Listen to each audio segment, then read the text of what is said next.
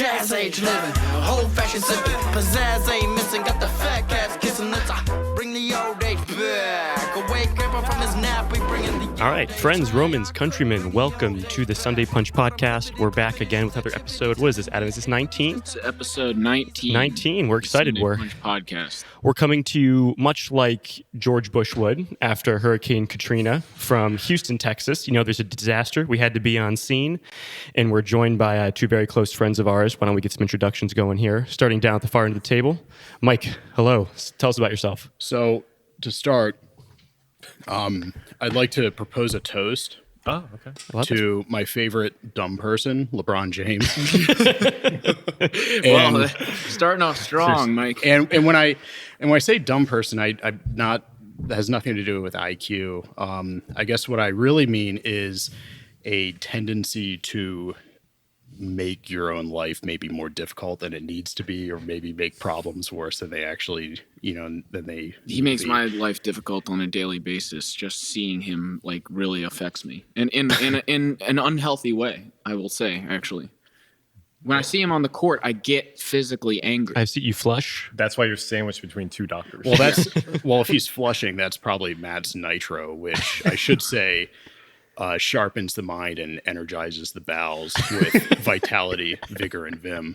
Yeah, so I will say I'm probably on my fourth Nitro right now, so I'm feeling pretty good. I'm about 2 deep. Nitro is Matt, you give the background on Nitro, dude. Matt, welcome Hey to the everyone, cast. yeah, I'm happy to be here. And introduce yourself. Yeah, it's great because I say I'm happy to be here like I'm visiting. All these clowns are in my house, and very happy to host them at the Jones Resort. But Nitro Coffee, oh my God, what a loaded question. How'd you get into that? I mean, this started back in Are we college. segueing into product placement here? Jones Brew, Sponsors of the show. We got into it before it was sexy. I mean, this is back in college, back in the glorious University of Florida. I mean, a few Witness going our on around shrine. this. We made cold brew on our own. This is before you infuse it with medical grade liquid nitrogen. Just as I've aged and gotten wiser, so has my taste in coffee. I want to put a quick comment on that. I remember, first getting into coffee a little bit in college, going over to visit Matt at the Estates. The Estates, yeah. That's the Estates in Gainesville.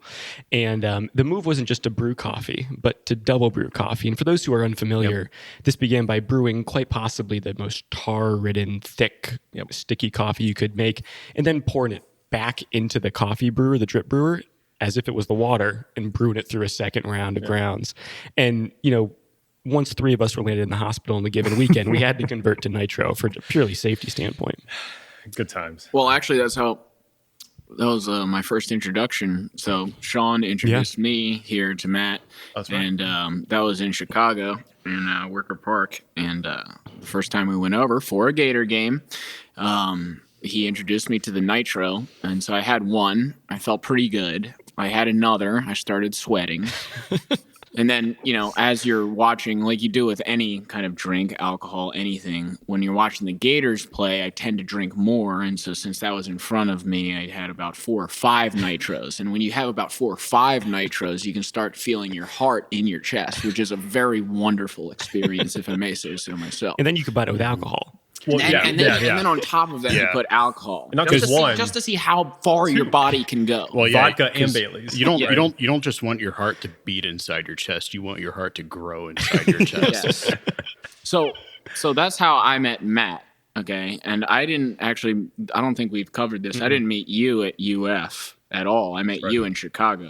So that's how we met. Then Leapfrog. Matt moved to Houston here. And one weekend we came, and Mike was here. So that's how I met Mike. But Matt, how did you and Mike meet? Oh, wow. So Mike and I go back to Cub Scouts.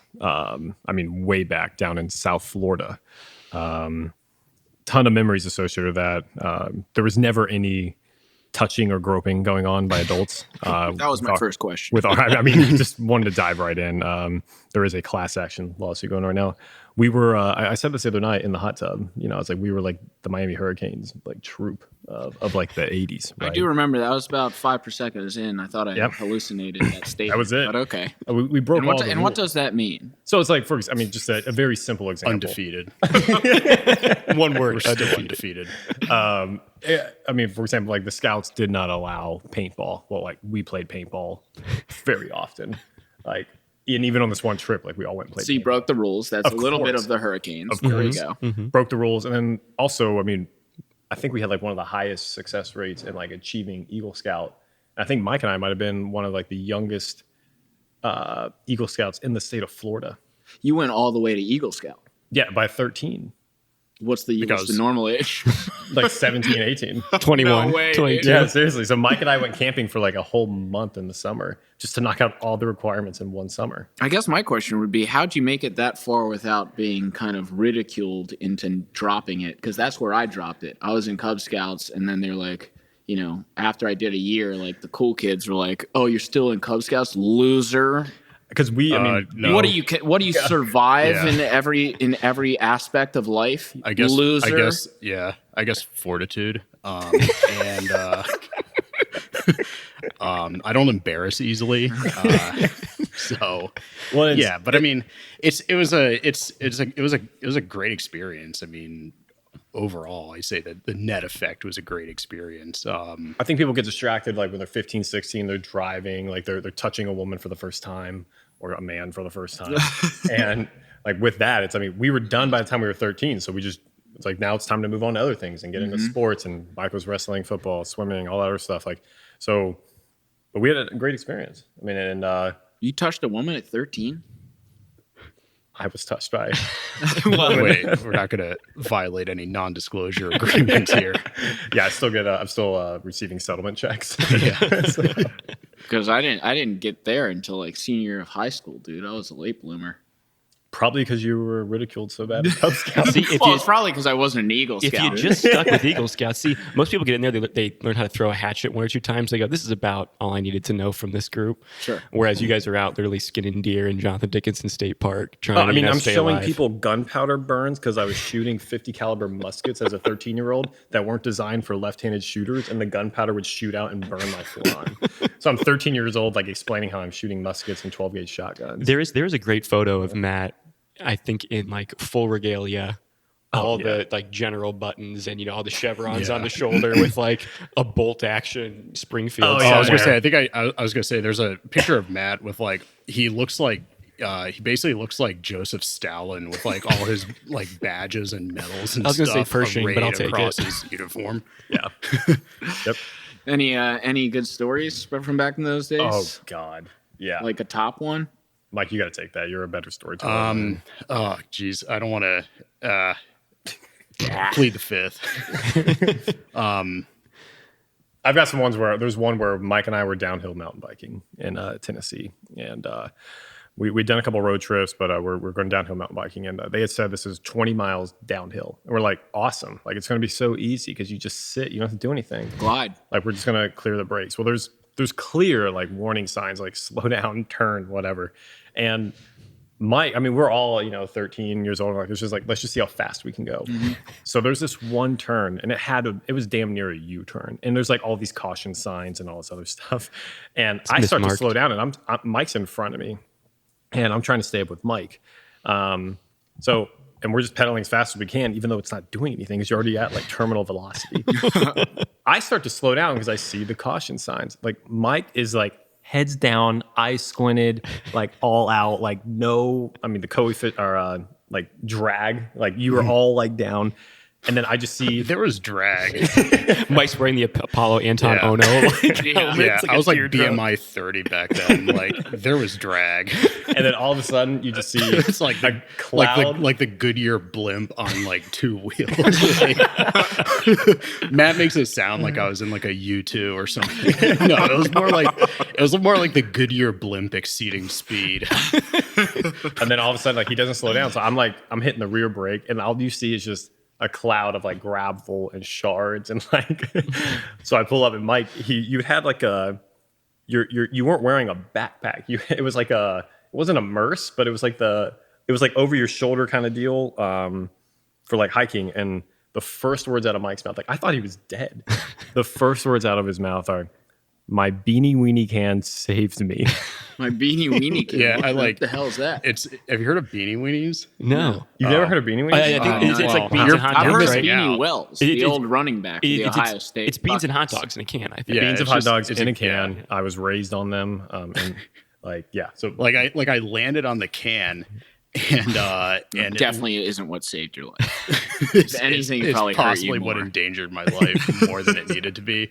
But yeah, long story short, I ended up with like a can with like a pool tab shaped bruise. Like you can see the pool tab right in my back. It's hilarious. It wasn't the BMI of 30 that saved you. It was the can of Beanie Weenies. It was probably which that. arguably supported the BMI And then of at lunch 30. he ate a can of beanie weenies. Which ironically supported. Yeah. And then how'd you meet Sean at UF? I did not meet Sean at UF. Oh, really? So I met Sean in Martin County. We were both lifeguards with the at the Martin County pool. Save any lives? No, endangered a few. But there weren't really too many instances, back then, like there were a couple injuries here and there where like someone would lose their direction on the diving board and they would think that they're like pulling out of the water to pull up, and they would pull down and like knock their front teeth out and bust their lip. But there weren't any huge situations. Nothing dangerous. Well, one of the advantages of growing up down there is, everyone grows up with a pool. Everybody grows up doing swimming lessons. So people are already just so darn safe. So we're there kind of just more to check a box and then scrub the bathrooms down at the end of the day. Yeah. And the occasional bust. Or lay tile. Remember we Or laid lay tile? tile. Like, it Or was lay just- tile. We were cheap help for the city. But it was good. It was good. We had a great time, a lot of great friends, and here we are today. Surviving in the pool, surviving in the Cub Scouts, the Eagle Scouts. Do you think survival is a sport? In comparison, I mean, Would you watch it on television if they said, we're going to take, I think they already do this. This happens. Yeah, I think it's I'd watch naked. the I think it's highlights. Naked and Afraid. Is Naked and Afraid a sport? I'd watch the highlights. Not the full 24-hour live stream? I mean, anyone can live for 24 hours. Not the full frontal. Unless it's like Revenant Wait. situations, right? Like, bear bears, and yeah. negative 10 degrees. Like, but anyone How can live. long would, let's go with Mike first. Mike, how long would you live in the woods without dying and using your Eagle Scout experience? Well, define woods. Would this be like a tropical rainforest or like a deciduous or broadleaf forest? I'm going to go Joshua with tree deciduous forest? broadleaf forest, mostly because I have no idea what you're talking about. Okay. Because I was going to say, depending on the woods, if it's timberland or something, you might be better equipped Cue the music. with Yeah. a finance background than with an Eagle Scout certificate. But That's all you get is a certificate? You go through all these years? I got, all you I got get is tramp all you get is a stamp. T-shirt. I think you get branded.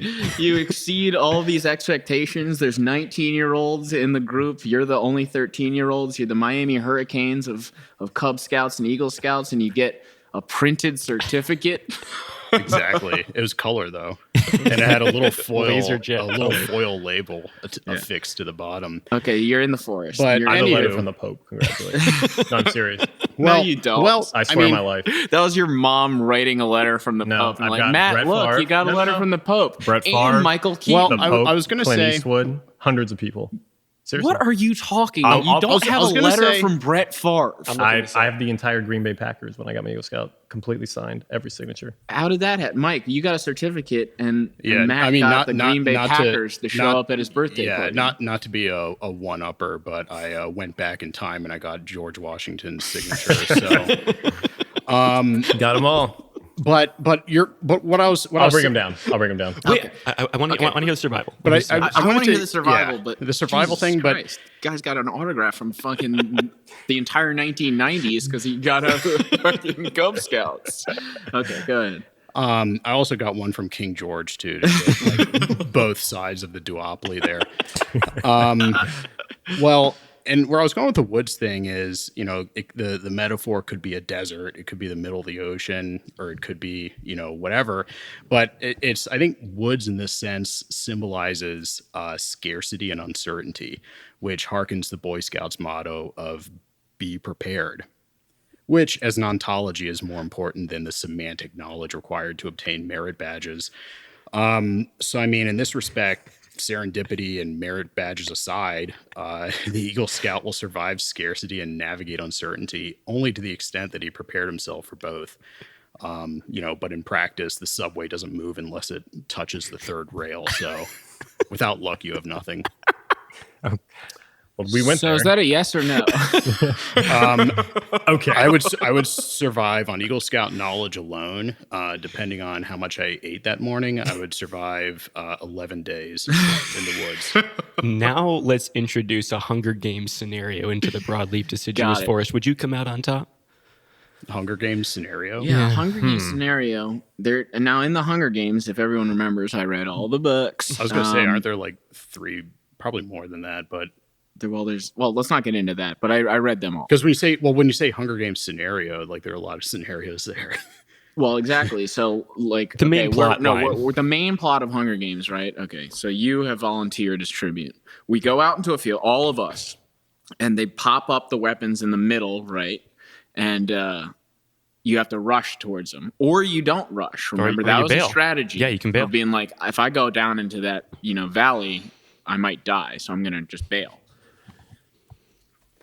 Who would win, and why is it me? What are the weapons? Okay, well, Hunger Games wise, okay, I think there's a bow. There was some sort of spear. Yes, sword and like spears. some sort of like one of those swinging medieval balls. I think that's slingshot. I would win because Matt's left-handed and it's probably a right-handed bow. And the gunpowder would burn him immediately. In the rules. I shoot Well, ambidextrous. okay, but there's And I mean, other like you have a things, dude. spear versus a bow and arrow. Yeah, That's was not there a even left-handed close. spear too? That's What if not you even grabbed the spear? close. What if No, a bow and arrow take a spear if you have a line of sight. What if you catch you him by need line of surprise? sight with a spear? Well, you sort of need line of sight with a spear, but I guess either of them could follow a ballistic trajectory. So, but I mean, like with a spear, like you have as much leverage as basically the length of your arm. So which you is like wouldn't nothing. grab the spear. No, you wouldn't grab the spear. I'd run. It goes bow, medieval, I'd ball. run. I'd be out of there. You like the medieval Oh, ball what? Like more the than mace spear. ball? No, the one where you swing it. Yeah, like that's like the mace or whatever that thing's called. You got it. Yeah, you like that better than the spear itself. No. I definitely do the bow. Well, yeah, the bow is obvious. I mean, you can shoot it. There's more than one bow. I can shoot an arrow further than I can throw. Is there like a spear. predator suit of Can armor in you the middle? shoot an arrow? Like, Oh yeah, Have you ever jump in? shot we one? both have Yeah. the archery merit badge.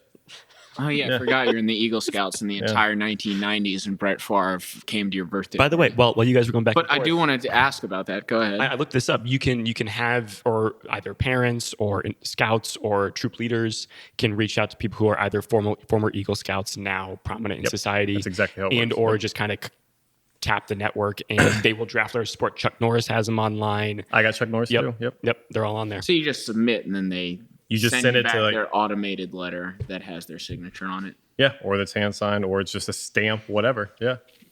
His We- mom, we've his not- his mom told him it was hand signed. What? And Santa Claus didn't call you to ask you for No. your gifts? Yeah.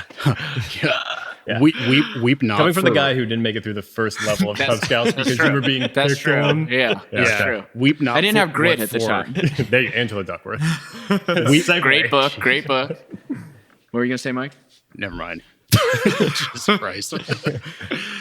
Okay, so you can just submit it, and you submit it everywhere, and then you got the signatures. Yeah, so I have like a Got flag that was flown on the U.S. Capitol in my office right now. That's really cool. Came with like a letter. It's pretty. That one's pretty easy to get. So, Like, wait, we should submit this cast for that. Actually, all right, ideas. Yeah. So you get these survival skills. College happens, MBA happens, grad school happens. You're working here in Texas, Well, wait, and wait, and the ice storm rolls through. oh, How true. many of those skills did you have to rely on to survive the ERCOT blackouts, the That's rolling very blackouts? true. That's It's, very true. Probably the one where you rub the sticks together and start a fire. Is that what you did in the backyard? the one- the one Guys, there. No, Guys, what I was Eagle gonna say, Scout. like Eagle Scout, you don't learn how to like set up snare You're not traps and Delta stuff. Force. Yeah, Right, you're not right. like parachuting out of airplanes and you don't like construct a hovel in the middle of the woods and write a manifesto and live off the land. How are you just the Unabomber? What was the original question? I already So forgot. did the Texas. Oh, snowstorm. Texas, yeah. So yeah, explain the Texas. 'Cause the ice storm was just last the week. ice storm. Yeah. So Otherwise, in it's- Chicago, known as a Wednesday. right. So it's I actually saw something online, and I think I've shared with you all, but it said like, don't mess with Texas unless you're 2 to 6 inches of snow. We Yeah, very true. completely shut down. I mean, including electricity. I mean, complete shutdown. So the weather fluctuation went from like 70 degrees down to 10 degrees in a matter of a few days. These homes are not built to withstand that. So personally, what we dealt with here was a lack of power for 36 hours. The inside of the home got down to about 45 degrees. Now, as an Eagle Scout, I did not learn how to drain my pool pump very quickly to prevent. Well, yeah, where's that badge? Yeah. Pool pump badge. I'm going to submit. I'm going to start filling out the paperwork. But where I did use, it was actually my mom made a comment. So we have no cell service in this neighborhood. It's a new neighborhood. So without Wi-Fi, there's really no comms. And so I was able to get hold of my mom, like, hey, we're okay. Everything's fine. We don't have power. House is a little chilly. I take this fireplace cover off. This flag and this setup is usually not part of our decor in this home. Why not? Of course, the builder didn't include the backup batteries to light the gas fireplace. So now we have no heat source. And That's showbiz, baby. Yeah, That's showbiz, baby. it's 2 D batteries. And I mean, mag lights don't really exist anymore, like where we used to get them back in the old hurricane days in Florida. So I took tin foil, folded it up, And he's referencing actual hurricanes, not Yes, when he was not- in the Cub yes. Scouts and was basically a Miami Hurricane when Michael Irvin was Or the there. football Yes. team. Okay, Right. good clarification. Hurricane merit So you badge. use tin foil to hot wire the fireplace with AA batteries instead of Ds. Interesting. Yeah. So now we had a heat source, right? You So learned that in the Eagle Scouts. I did not. We did probably do like an electricity merit badge, Yeah. but I don't recall. Like, What Here's your yeah. Thomas Edison Well, badge. what- Oh, wait, it's 2021. Thomas Edison's a bad guy. Here's your Again, Tesla not badge. to, Mike not, has to, a signature. not to be a one-upper, but while Matt was doing that, I took a lemon and stuck a penny and a paperclip in it and like arced some electricity to start my fireplace. So I wasn't going to say None of anything, that's but true. so, but yeah, so it was funny that my mom made a comment when I let her know that like we were okay. She said, she goes, well, like you learned in the Boy Scouts, you lose a lot of your heat through your chest. So she's like, just bundle up. And I was like, Mom, I actually learned that in a Christopher Nolan film with Liam Neeson and Christian Bale and Batman when they were like attacking that one place and like Christian Bale only has a t-shirt and Liam Neeson's like, no, all your heat comes from here. You got to hold yourself like this. Do you remember that like in the Is beginning of the that Batman? Batman Begins? Yeah. Maybe, yeah. And then Liam Neeson turns into the bad guy. Well, he was. I was going to say he turned to Ra's al Ghul. Always was, but Oh, Yep. he turns into the Yep. guy he was already named. So if you don't want to be groped as a child but want to learn everything you can, just watch Christopher Nolan films. So, Mike, you had something. 404 reference not found. Page air. So So you guys survived it. What was the rolling blackout like? that was interesting, and it's based simply off supply and demand. So the blackouts were, and our neighbors, like they would lose power 30 minutes before us. It'd be off for 2 hours. Ours would turn off like 30 minutes after theirs turned off and be off for 2 hours. So what they were doing was taking the available energy and the available power, if you will, and it's like, we're going to go heat this neighborhood for 2 hours, shut down. Go heat this neighborhood for 2 hours, shut down. And that's what gives it like the rolling term, I guess. So that was nice when it finally did turn back on. We had power for a couple hours. Was able to take a space heater up into the attic and defrost some pipes before they busted because I knew they were frozen because the faucets weren't working. Even though we had them dripping, they still froze. Interesting. So there's a lot of little things like that with like a home and a lot of damage in the neighborhood with main water lines busting. We did some prep for not only like the foliage, but also some of the irrigation lines and all that. A lot of neighbors did nothing. And I would say if you have a pool and did nothing on your pool, like your average like damage is going to be probably $5,000 to $10,000. what was that Trotsky quote or whatever? You may not be interested in war, but War is interested in you. Yeah. Well, you may not be interested in home repairs, but home repairs are interested Absolutely. in you. The joys of homeownership, right? Like there's responsibilities associated with that. And buying a house like this, even though it was a new build home, we did not build it. So I wasn't able to do like my father would and inspect everything and be like, wait a second, this electrical outlet needs to be 3 Where are inches the to the D left. batteries? Right. And put the damn D batteries in. Like, is the builder going to go bankrupt by doing that? No. And the whole neighborhood had been taken care of. So I was able to go hotwire a few of the neighbors' Oh, nice. fireplaces as well off some AA's. And I'm gonna go When you get say a hot wire, like what is it like? all it is using the aluminum foil folded up a bunch to compensate for the smaller length of the battery to hit the like where the connection nodes are, and that's it.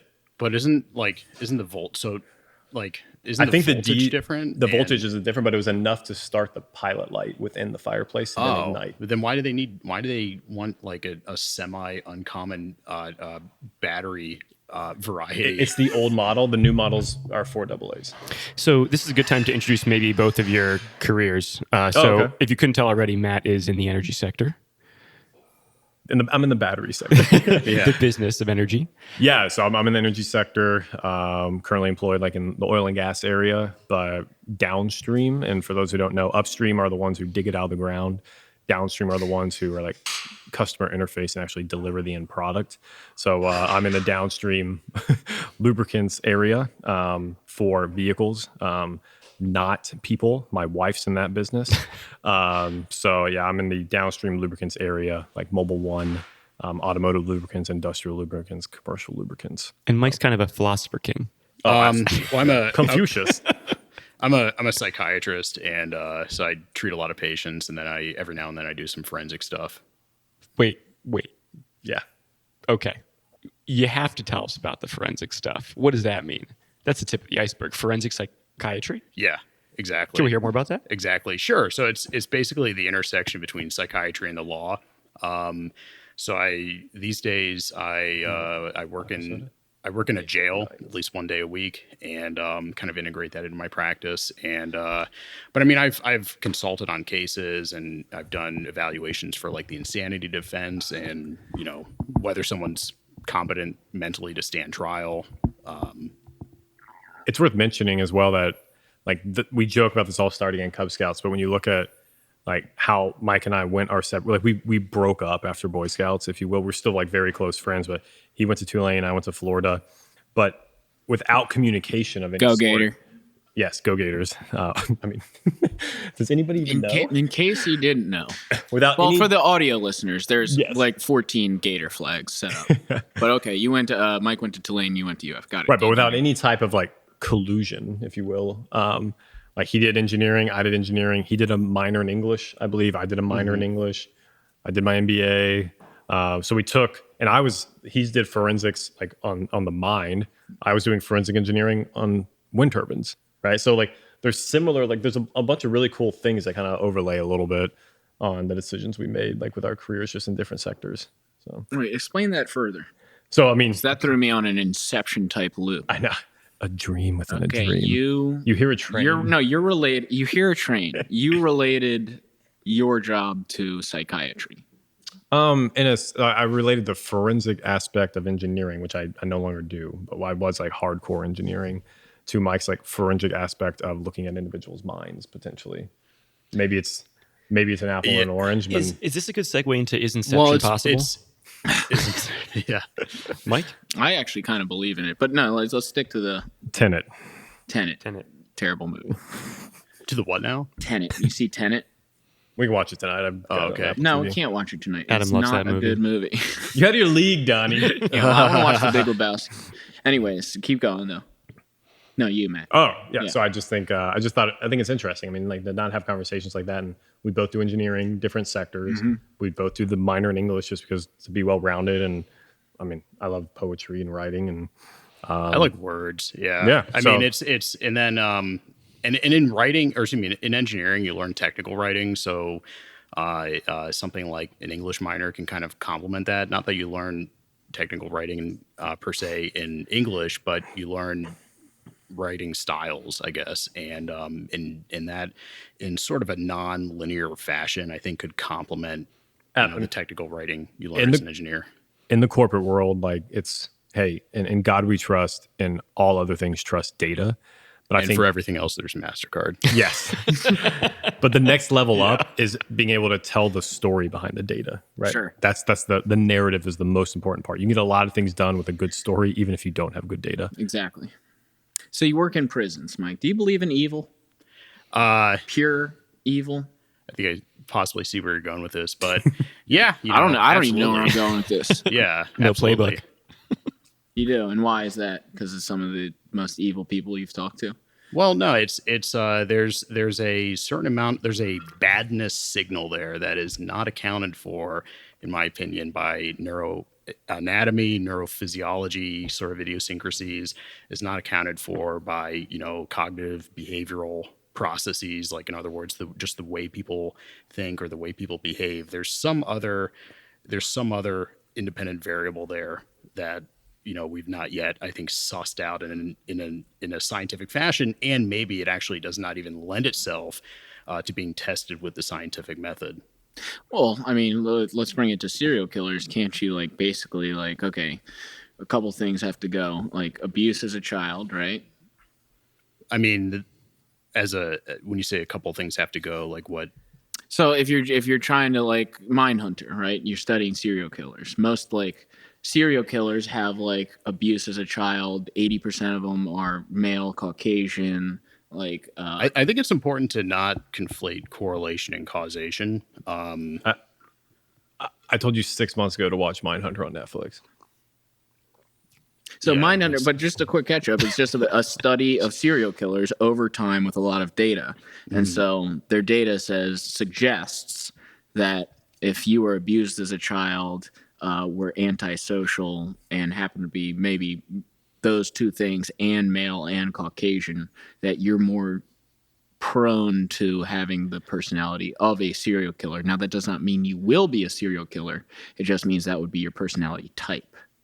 So, I mean, but where does that not hold true if we're considering offenders writ large? I mean, probably the number one condition that I treat and diagnose and treat in the correctional setting is PTSD or PTSD adjacent trauma related conditions. So, I mean,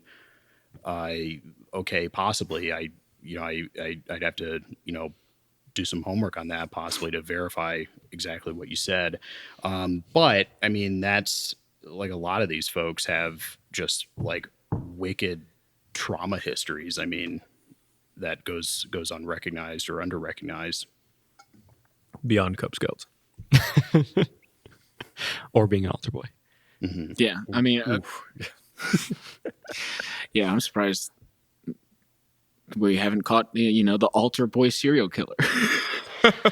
All that trauma. Well, you can only draw the data from the Mindhunter from those that you're catching. That's your true. sample. That's your sample population. You're sampling on the dependent variable there. This is in this podcast. This is gonna be a clip just titled "Serial Killers." We break them down.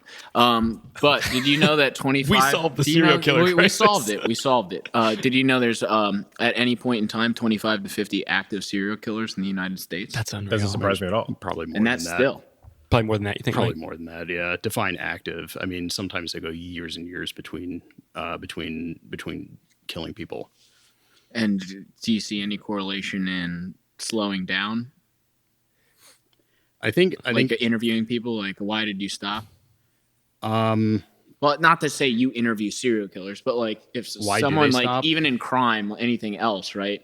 You probably well, to answer that, let's consider what kind of feeds into human behavior. You need opportunity and you need motive.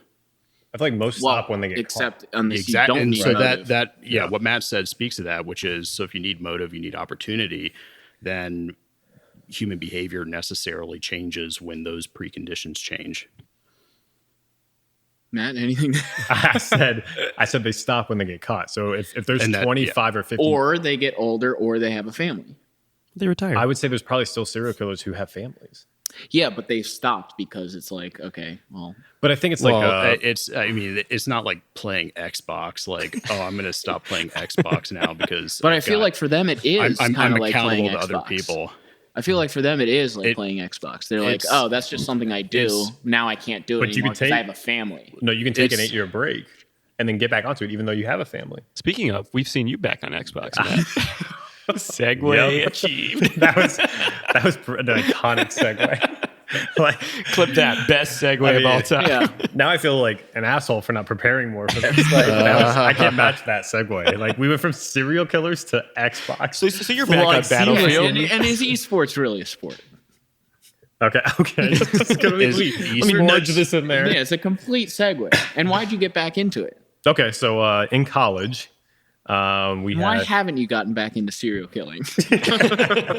Well, he had a family. Matt, it's Matt, when did you Oh, stop yeah, serial there it is. killing? Yeah. Okay. You guys got me. As the Caught. wait, you want to see a segue? How did you stop serial killing? And there's a handgun right in front of Matt. So Xbox. Xbox is what Xbox prevents serial killing.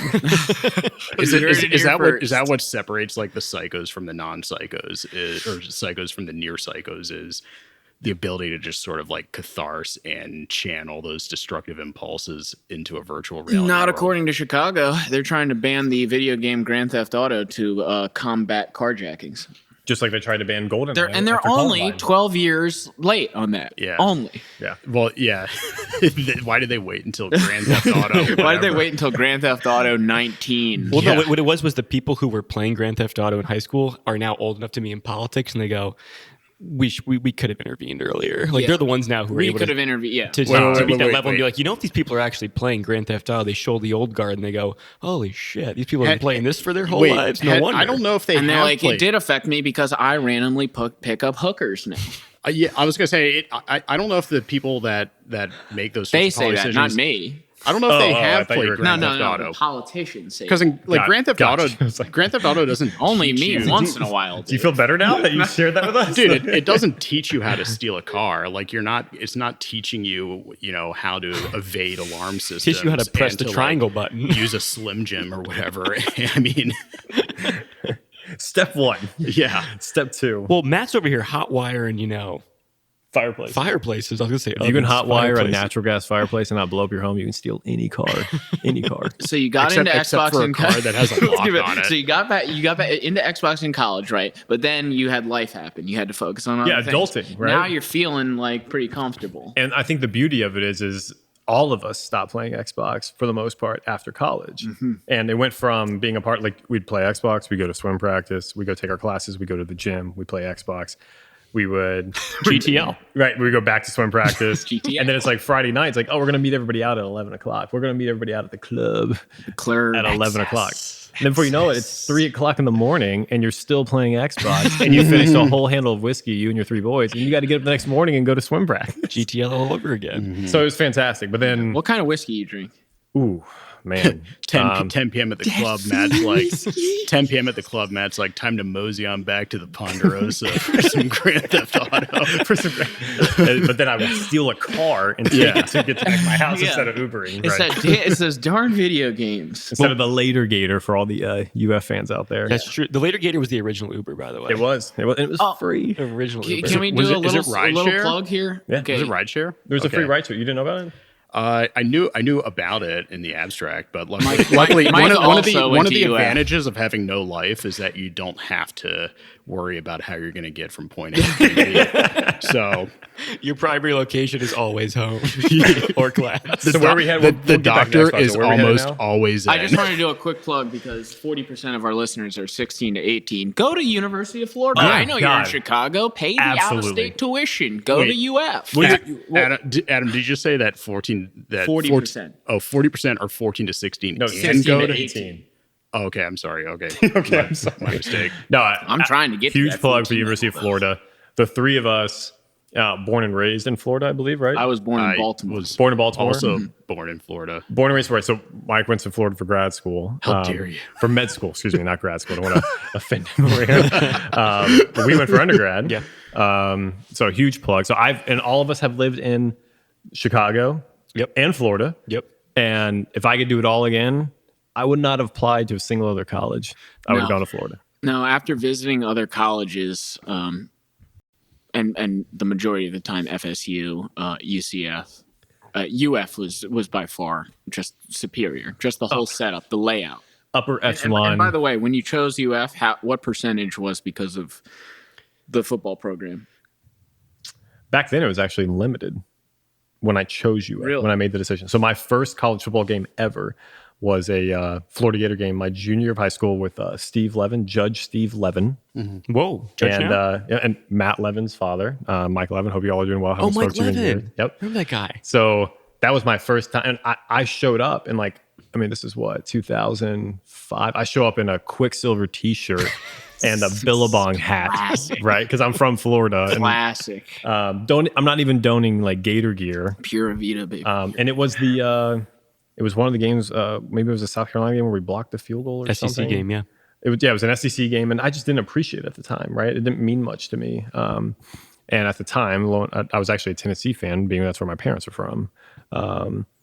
Completely a Florida fan. My younger brother went to Florida now, and I bleed orange and blue. Well, I think the process was way more non-linear because Matt and I were both considering like the military academies. Absolutely true. And so and I remember I got an appointment to the Naval Academy from Congressman Mark Foley, who went on to like I don't remember if it was molest people or Adultery or all the above. something. Right back into the Something Cub Scout terrible. conversation. But yeah, so long story Clearly short, a good judge of character, Mike. well, Imagine if we both had gone to the same that's academy. show business, baby. Show business, baby.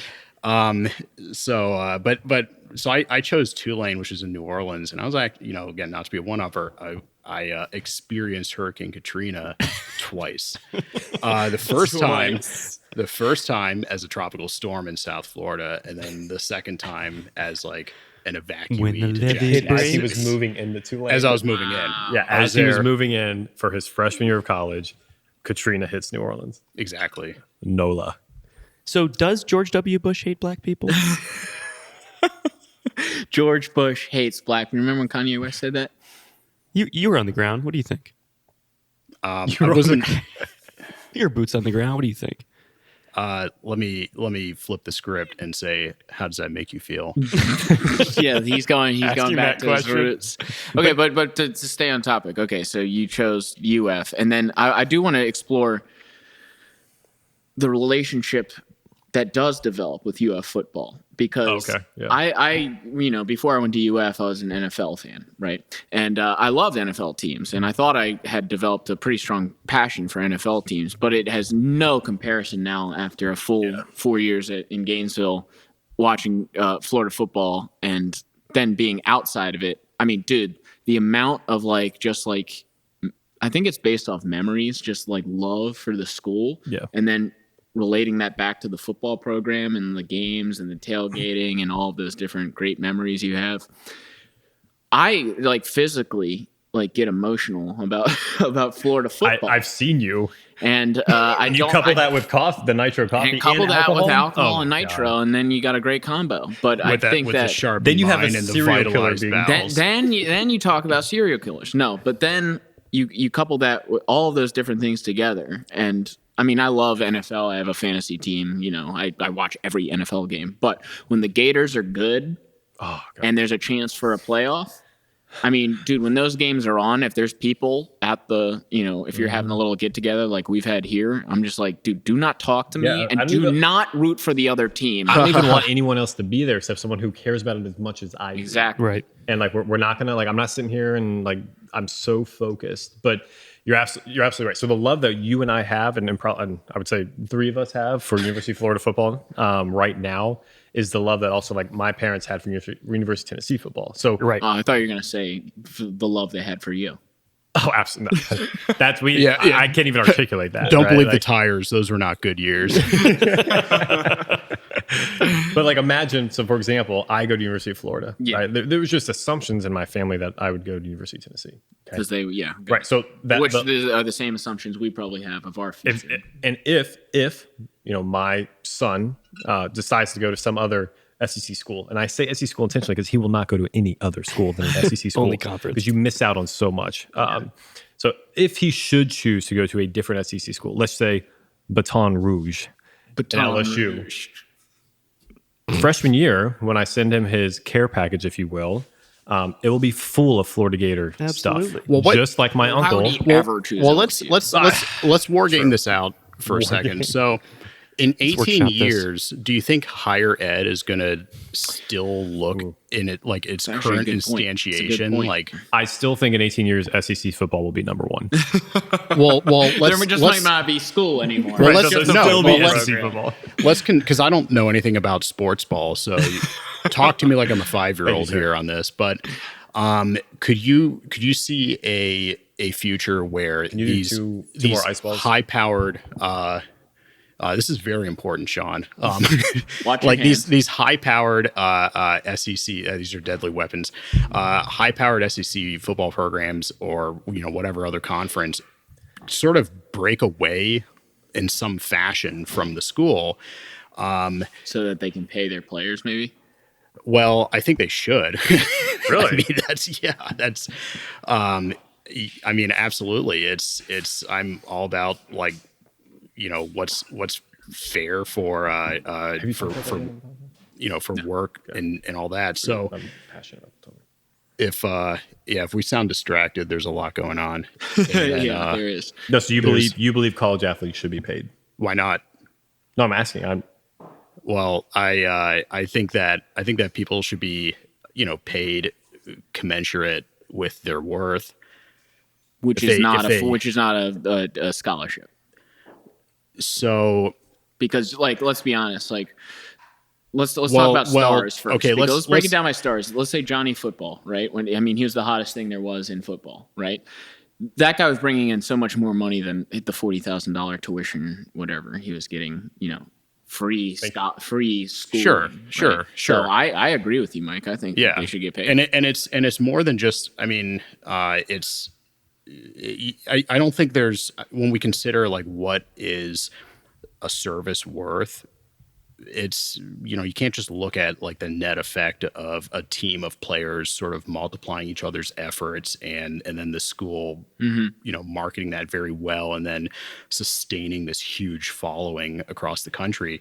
Lot of variables there, but is it is there what they're contributing to the school, is that worth like the same as what everyone else is contributing vis-a-vis tuition and all that? I mean, is it No, it's not equal. That's not my at all? point. Yeah. I just think if there are opportunities where you're in a phenomenal high school athlete and you go straight to the pros, right? Like it's rare, but those opportunities. Well, that's illegal to do now for is it? NCAA college basketball. You have to play a year. You didn't used to though, right? You didn't used to. Okay, no. that's what I thought. I was like, there are ways around it in certain sports, but I would say that when it comes to some of these college athletes coming fresh out of high school and being phenomenal athletes, that to get to that next level, that upper echelon, if you will, at that stage, requires some of the best coaches, the best facilities, the best training, and I think that has far more of a actual fixed cost even value with training for those 4 years than does the tuition. I think the tuition's kind of, even if you're out of state, it automatically triples, right? So it's like, okay, the tuition's $50,000 a year. You're getting paid theoretically $50,000 a year to receive a diploma that's only worth $50,000 a year. Well, look at how. But to my point here, in large conferences like the SEC, and sorry to interrupt you, Mike, but even that, all of that is paid for with the ad money, with the TV money. That's all paid for. Look at it. It's on top of that that they should get paid because Absolutely. they're bringing in way more than the facility costs, than all of the coaching costs. Well, here's the than thing. all Look of at the look tuition at costs. look at how bullshitty tuition is. I mean, what are the market forces that determine tuition? Definitely not inflation. Exactly. It's like what? It's It's inflation. basically it's in other words, it's not market forces. I mean, it is, but it's not.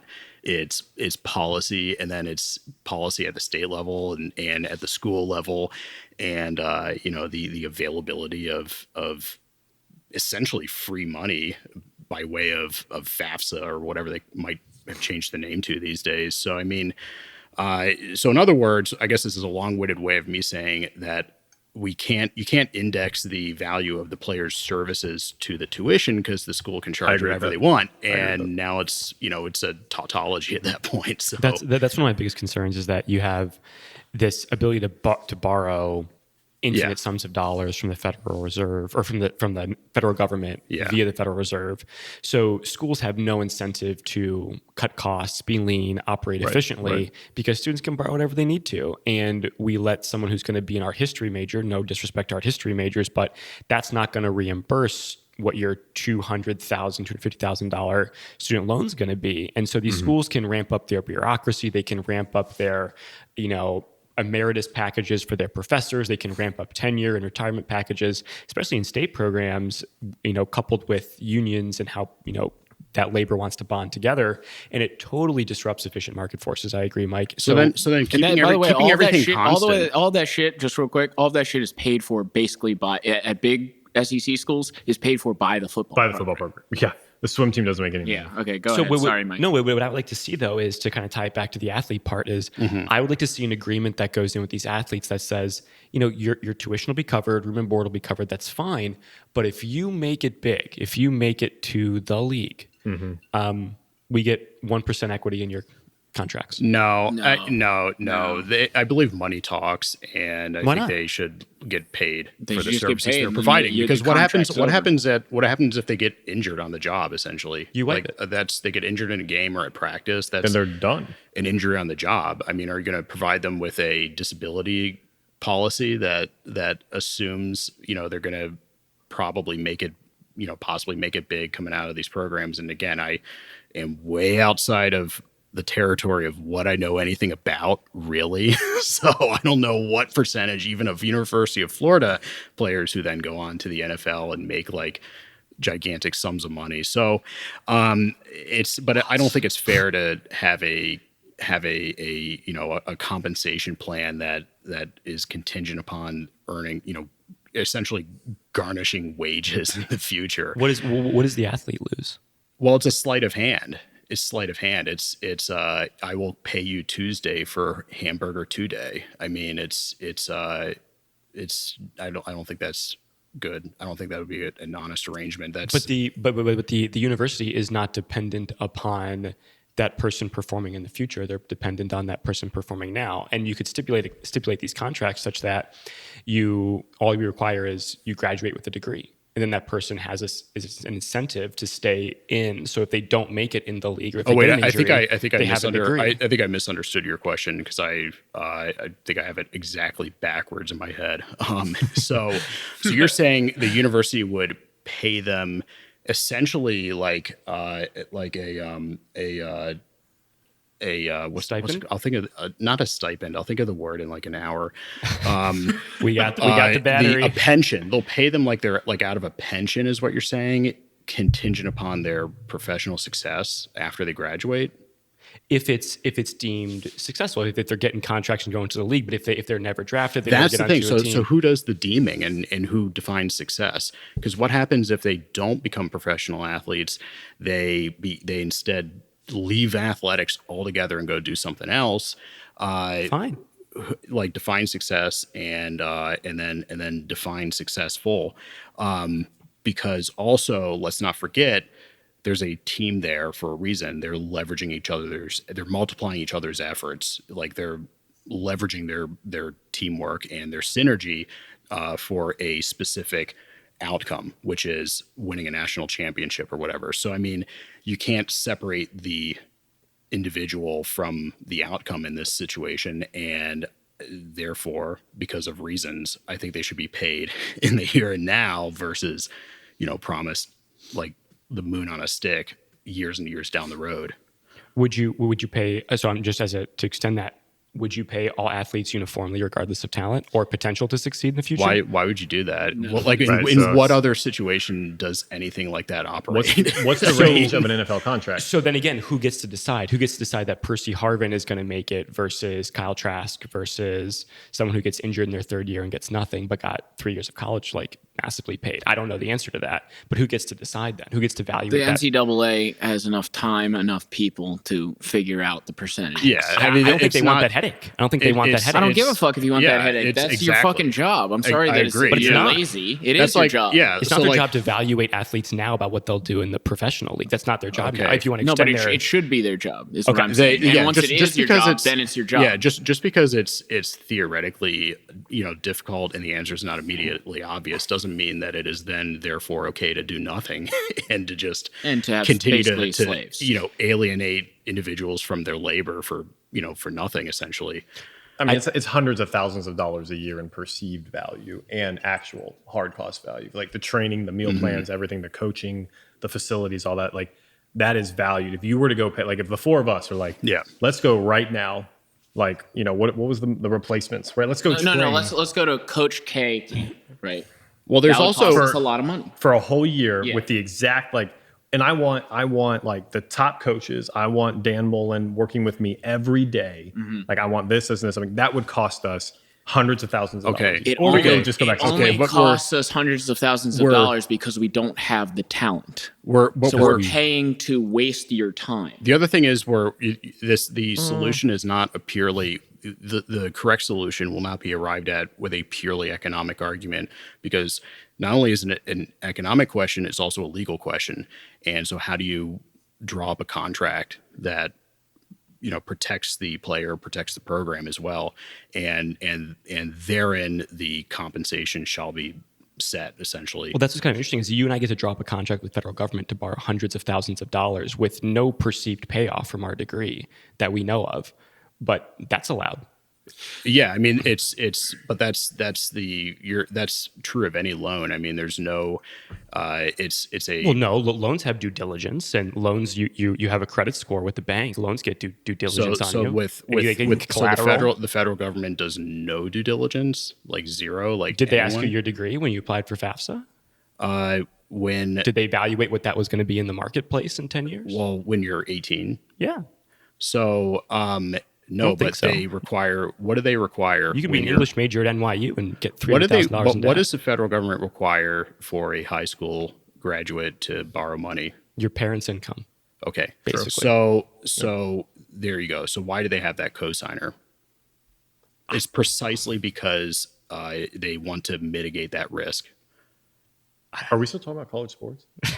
I'm in a trying to roundabout keep it way, there in we my are. mind, but I think it's evolving from here. In a roundabout way, By the we way, are. for certain stars in college football, it would not be that hard to quantify. Okay, Texas A&M, we usually get these numbers. Johnny Football shows up. Okay, our TV numbers went up 25%, so he's worth 25% more than the rest of the players. No, So dude.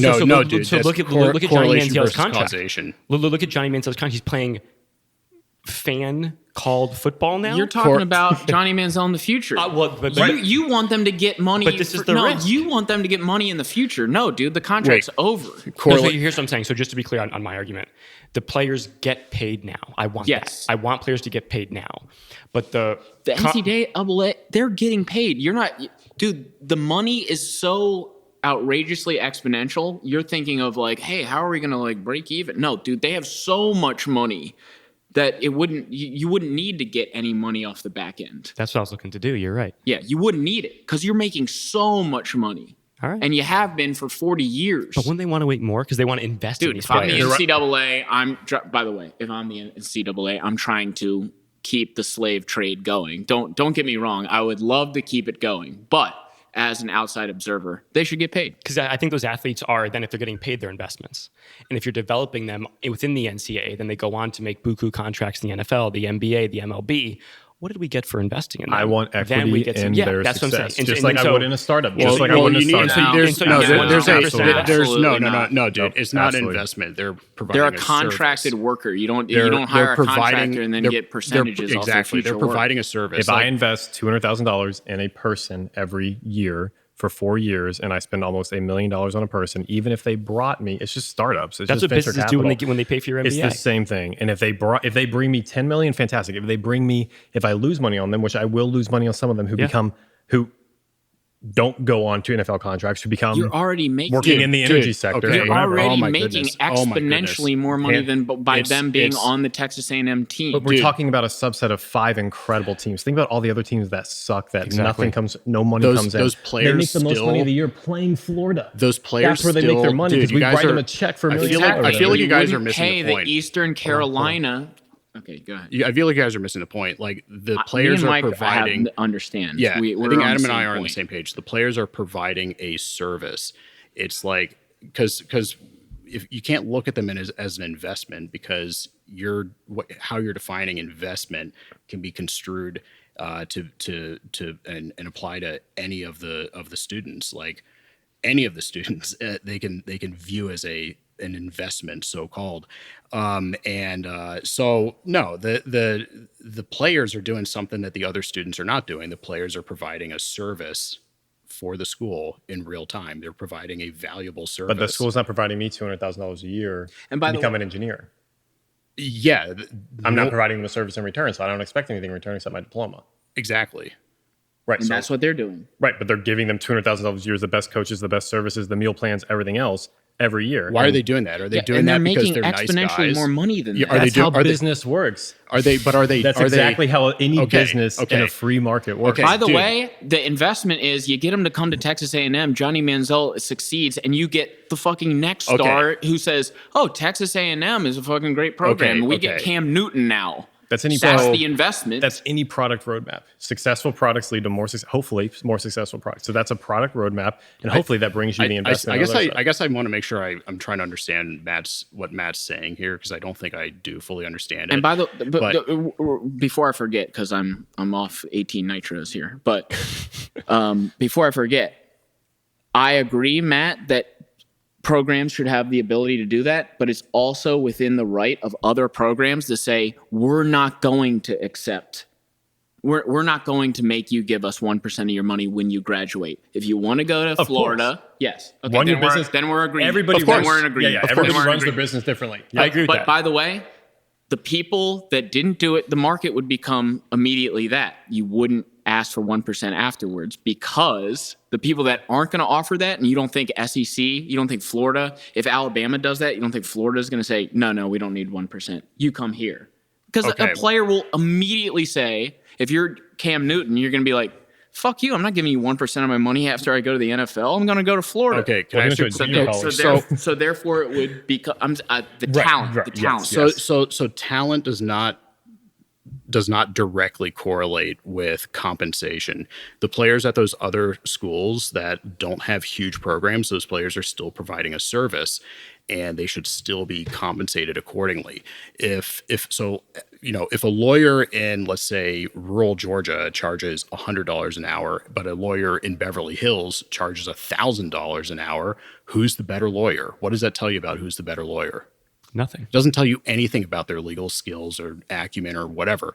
It's just all it tells you about is the value of their service in whatever region they're in. So, I mean, it's a non-argument to say, okay, well, we can't pay the Armbruster University football players $1 million a year, so therefore we should not then also pay the University of Florida or whatever high-powered program we're considering.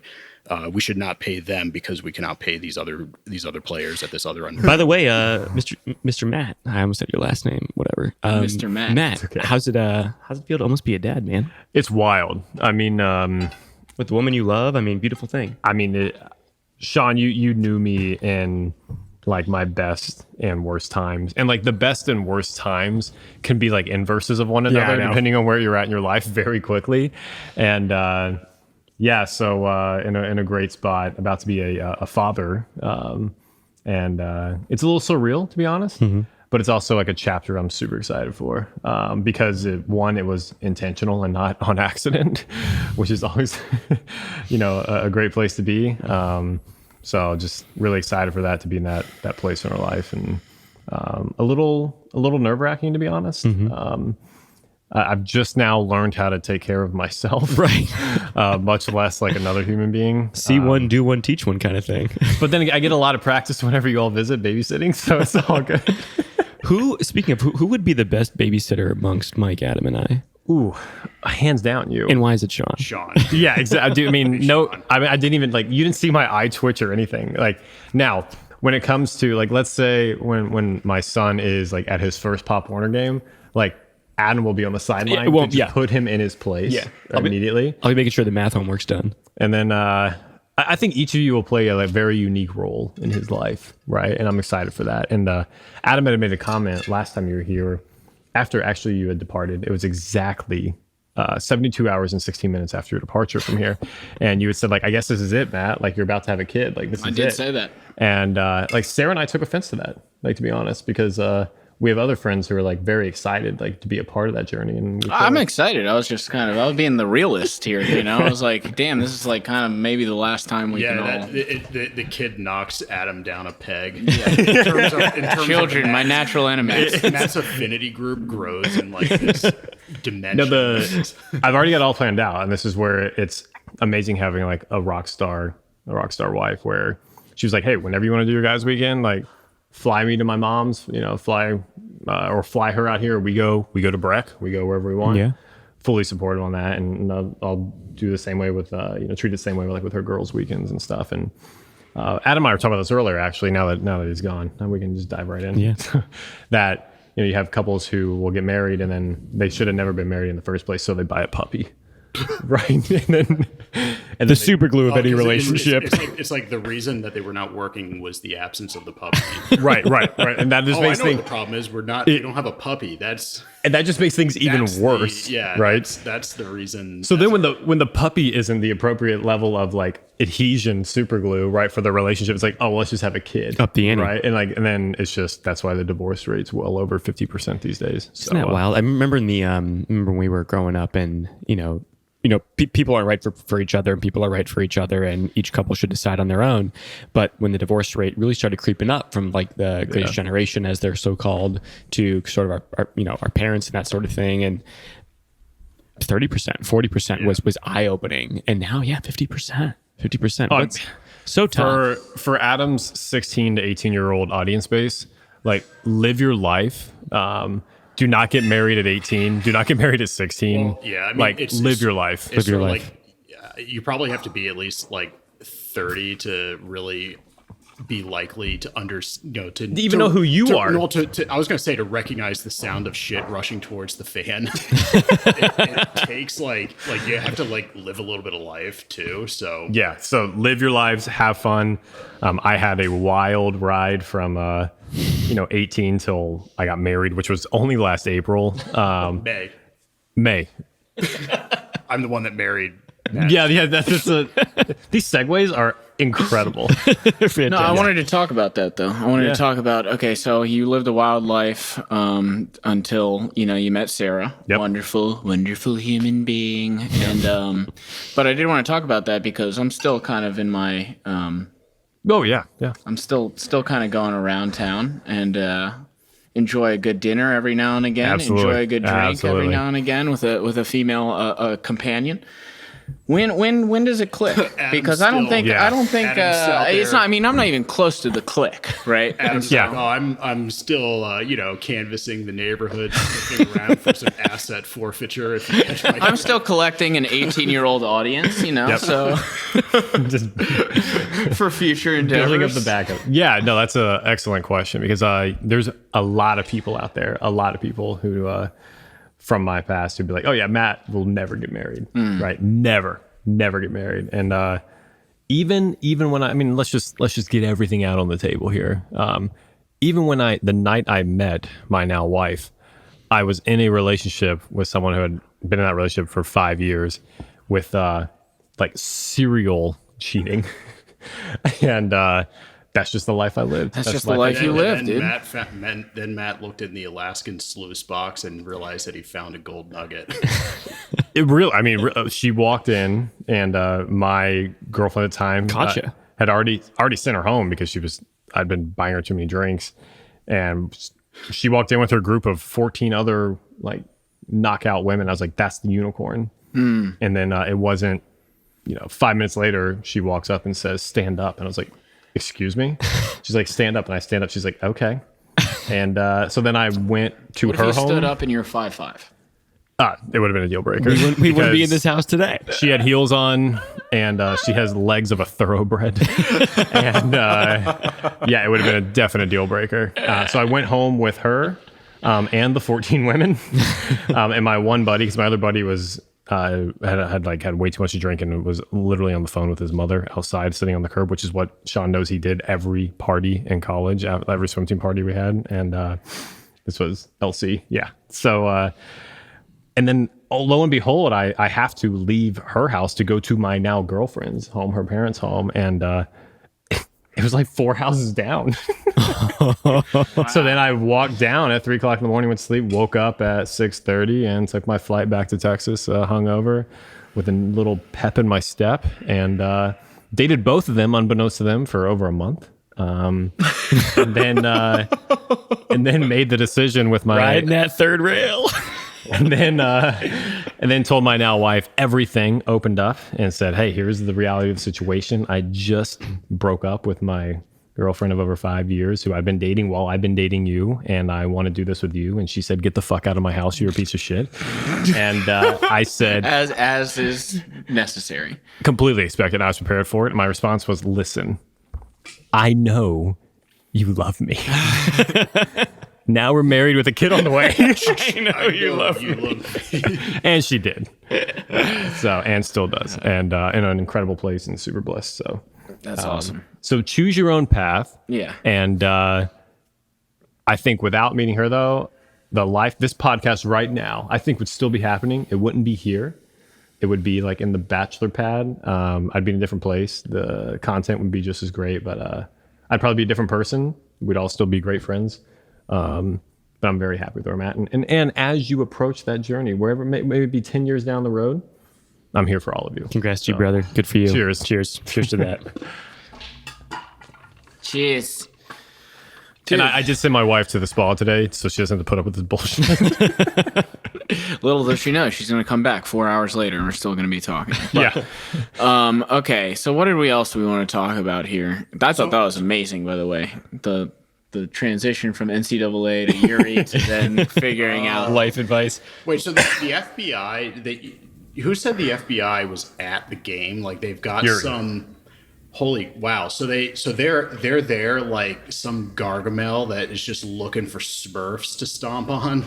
I mean, they recognize the individual as someone who had attempted to do that before. So that's what I'm saying. Like, you have to have a pawn in the game, like someone else smoke and mirrors. So we're like, that's why it's perfect for you to do it at the finals. Yeah. They would never see it coming unless this podcast explodes and you've set your own bear trap. Well, to be perfectly honest, I don't even know if I got any of that. So I think we did. If not, we have the backup camera too. we do, but just the Yuri's audio is what I'm worried about. I should have recorded it on my phone. We'll pull it. I think it might have picked up through the TV, but we'll figure it out. We'll figure it out. But no, it's a good point. Damn it! I'm such a perfectionist that I'm like it's ruining the rest of my cast. We need to. Does this require just like a minimal investment in the right equipment?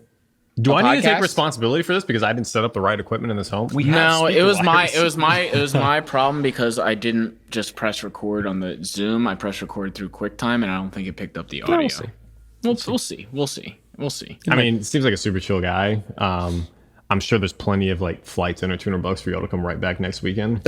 And run it back. I'm just gonna leave all this set up the whole week. Now we'll run it back when I run onto the court of the NBA Finals, therefore propelling LeBron into his greatness because he'll drop 40 in the fourth of Game 7. We did make a comment last week though about how Adam is well cataloging like who's listening to us, what are our demographics, how can we be more thoughtful about our audience and that sort of thing, although not overly thoughtful, of course. And we anticipated that at least 2% of our audience are FBI special agents, Mike, obviously, to answer your question.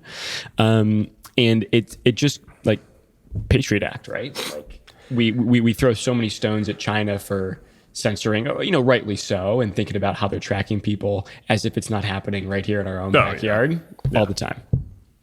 All the time. So I'm sure Yuri's on a list. His buddy's on a list. This Doogie character's now on a list for sure.